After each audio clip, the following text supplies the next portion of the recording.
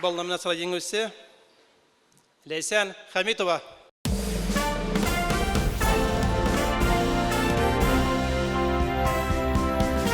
Лейсен Хамитова, Ишимбай қалағынан.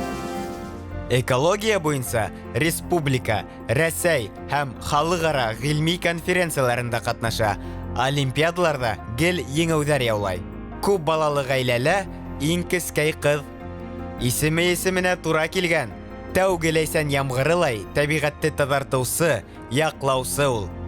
Беҙ тәбиғәт балаһы, онотмайыҡ. Тәбиғәтте яҡлау, һаҡлау һәр кемдең төп бурысы ти Лейсән. Хәйерле кис, хөрмәтле тамашасылар. Ошо премияға лайыҡ булыуыма мин бик шатмын. Был конкурстың ойоштороусы Тамыр телеканалына һәм бирешмә төркөмөнә ҙур рәхмәтемде әйтергем килә ине.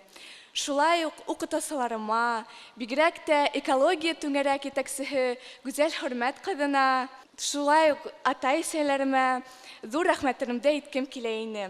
Ә инде уҡыусыларға теләгем һәр саҡта конкурстарда ҡатнашығыҙ, ауыр саҡтарда ҡулдарығыҙҙы төшөрмәгеҙ, бирешмәгеҙ, тик алға ынтылығыҙ, дуҫтар. Киләсәгебеҙ беҙҙең ҡулда.